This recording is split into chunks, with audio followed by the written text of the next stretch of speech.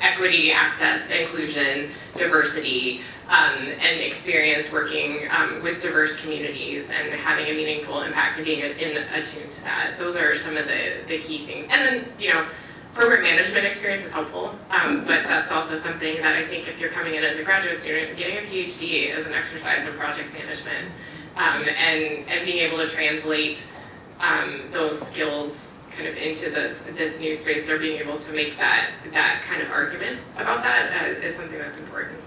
I think that covers it. Yeah. Oh, yeah. Others?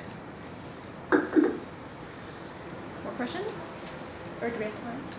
One more? Just like a direct question for Molly. Yeah. Are you hearing cicadas? You bet. Yes. Also, you can buy them at the museum gift shop. So if you really like them, mine did not come from there, but it was really funny. Our buyer for our shop she's like, I love that you wear those all the time because we have some from the same Etsy seller. It's also another thing. Over here, it's Molly. Yeah. For the academic folks, a lot of you spoke about how teaching was discouraged, or as you were trying to do your research, it was like, do the research. And I think that there's a fear that you're going to end up in an academic program where people are still unenthusiastic about the teaching. And yet I think teams are so much more enjoyable when you feel like you have credibility on your team and there's a sense of community. And so how do you build that credibility if you're the science ed or the more teaching focused researcher in your department to foster that sense of community and team and collaboration?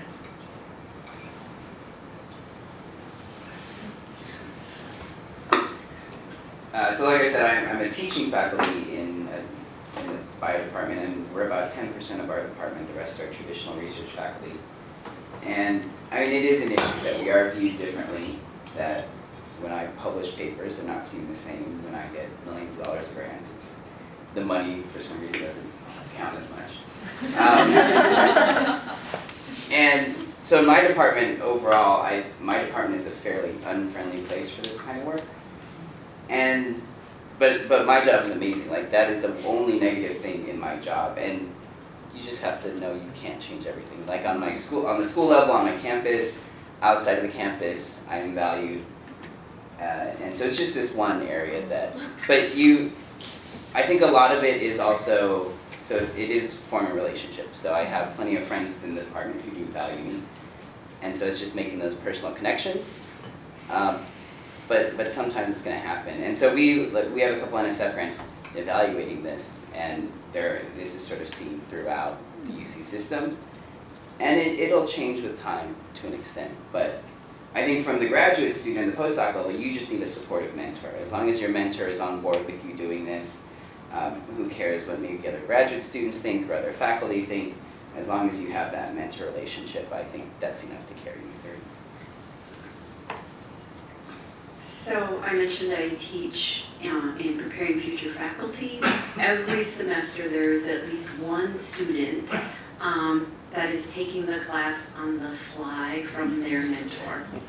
And that unfortunately is just the way it is.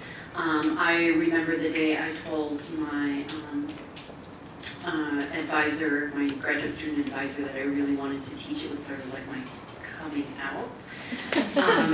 And the first thing he said is, Christina, don't think of yourself as a failure. So what I say to graduate students and postdocs who are going through PFF is get through the system, like get your degree, and get your position, and then once you have that, you can use that as leverage to find what you want. I know this isn't great news. Yeah, I think I very much, your spirit of collaboration really resonated with me, because I think that's what I loved about science. I mean, I love doing marine biology and being out on a little island where you're so dependent on these 7 other people that are there that summer, and they hold your life in their hands pretty much, and I don't know, I really liked that because I trusted them, and it was really a wonderful environment, and I think that it was something that I missed actually a lot in the community colleges actually, where and particularly maybe in the community colleges, even compared to the research universities, at least at the research universities, if there's not community around teaching, at least there's often community around the ecologists or the cell biologists or something like that. And not having that basic research happening at community colleges, that also did not exist. And so, and I've seen, having worked with now nationwide sort of group of community college faculty, I've seen that the culture is just wildly different from place to place. And I started out in an institution, De Anza College, where I was for 9 years, perhaps a bit too long, where it was just very isolating, and it was really hard for me. And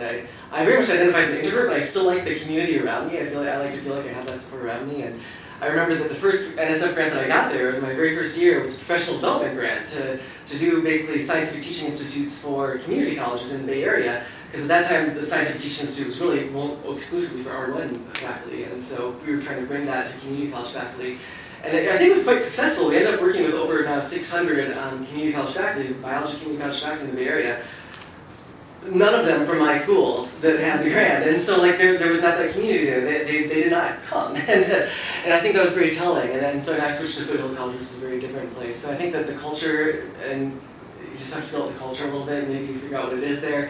I think that also, though, there's lots of collaborations across campus, and so I think the reason I was able to sustain myself for 9 years at this place where it was very isolating in my department was that across campus there's a fabulous community, and so amongst certain administrators and amongst humanities faculty and amongst English faculty, I mean there are fabulous partnerships to be had, and so I think that that really sustained me. The one thing I wish I'd been more explicit about was I think that, and maybe this is a piece of advice, is just like really being much more explicit about how much I wanted to learn from the other people who were in my department. And I think that I came in just really excited, got this grant right away, which I think a variety of things maybe just kind of were microaggressions towards my colleagues, where like they just felt like, wow, here's this kid who's going to come in and tell us all how to teach now because he knows these evidence-based practices and he got this NSF grant and stuff. And I think that's not an uncommon experience for folks coming into very teaching-oriented positions or SFDS, science faculty education specialty positions, of like feeling their colleagues feeling like they're coming in to tell them how to do it. And I did not feel that way at all. I desperately wanted to learn from my colleagues, but I think that I could have done a better job of making that more explicit, and maybe that would be a really good tip at building that community from the start. It's just like, all about like, what can I learn from you? Can I see your class? You're such an experienced instructor. What can I learn? And I wanted to know all that, but I just don't think I said those words. And instead I just came in with all this like energy and enthusiasm and grants, and that just kind of was a little bit intimidating. I wanted to thank you, the panelists, to answer the questions. We're going to take a quick break now until let's say 10, 48, something like that. We're going to start at 10 or something. Snacks, and then when we come back, we're going to start the breakouts. Okay.